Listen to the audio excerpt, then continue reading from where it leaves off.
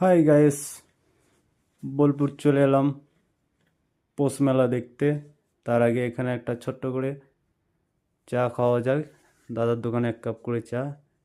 এটা আমার বন্ধু বাবু, আমরা দুই বন্ধুতে এসেছি। এটা চায়ের দোকানি দাদা। দাদা দারুণ সুন্দর চা করে বলছে। আমার লাইফে ফার্স্ট টাইম দেখলাম মাটির ভাঁড়ে চা করা। চা খাওয়া হয়ে গেল, এরপরে আমরা মেলা ঢুকতে শুরু করলাম। এইটা মেলার গেট, বোলপুর পৌষ মাসের মেলা, পৌষ মেলা। প্রচণ্ড ভিড়, 10 লোক কি বলবো, প্রচণ্ড ভিড়, প্রথমে এত প্রচণ্ড ভিড় মানে বলার মতন না।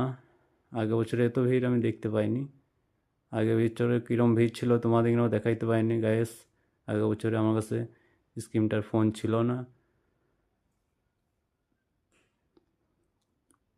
প্রচণ্ড ভিড়, লাগরতলা দারুণ সুন্দর সুন্দর।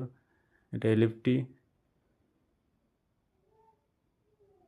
গায়েস, দেখতে থাকো, কমেন্টের জানাবে গায়েস কার কীরকম লাগছে আমাদের এই পৌষ মেলা দেখতে। প্রচণ্ড ভিড়। এখানে এক দাদা ভাই বেচছে আইসক্রিম, এর ভেতর থেকে বরফ আসছে।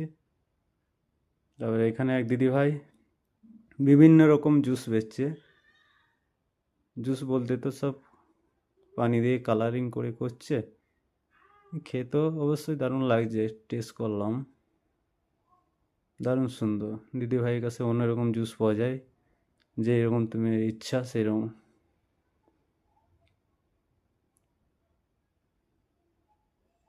দিদিভাই দোকানটা দারুণ সুন্দর সাজাইছে। চলে এলাম তারপরে আবার লাগরদোলা এদিকে।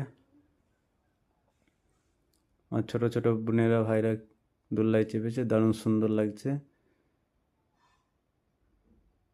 কি বলবো গায়েস, দারুণ সুন্দর লাগছে আমাকে এই পৌষ মেলা দেখতে। বোলপুর পৌষ মেলা, শান্তিনিকো।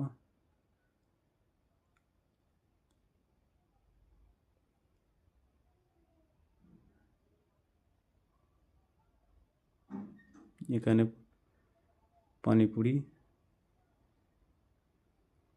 তারপরে लेफ्ट साइड में আমাদের জলপুরি, আমাদের লেফট সাইড মে জলপুরি দেখুন দেখাচ্ছি আপনাদেরকে গ্যাস। এখানে আছে জলপুরি।